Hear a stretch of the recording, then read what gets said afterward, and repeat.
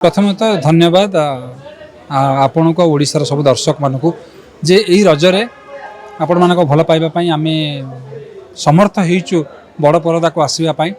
ये कहानी गोटे सत्य घटना को नहीं प्रेरित 2022 मसीह निर्देशक मु खबर कागजर गोटे सत्य घटना ये कहानी पाई तापर कम करूँ पर आम अम्लान को शुणई बहुत पसंद आसाला।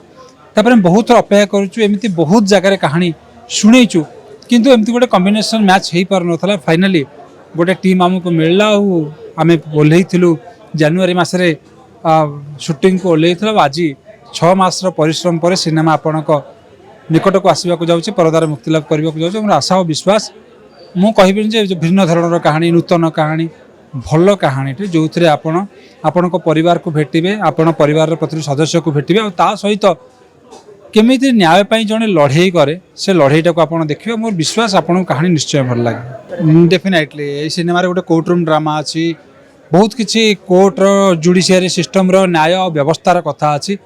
शुणु सिनेमा आम संस्कृति को देखाए सिनेमा समाज रे गोटे शिक्षा भी नहीं कि आसे ठीक कथा किंतु सिनेमा जे केवल समाज रे सब दूरे देव सेमती माने नुहे किंतु हाँ आम सिनेमा लोक निहाती भाव में बतईब जे अन्याय कौन अपराध कौन आ गोटे छोट अपराध केमिति गोटे जटिल परिस्थिति तैयारी करे जीवन में एक कथा निश्चय शिखेगा।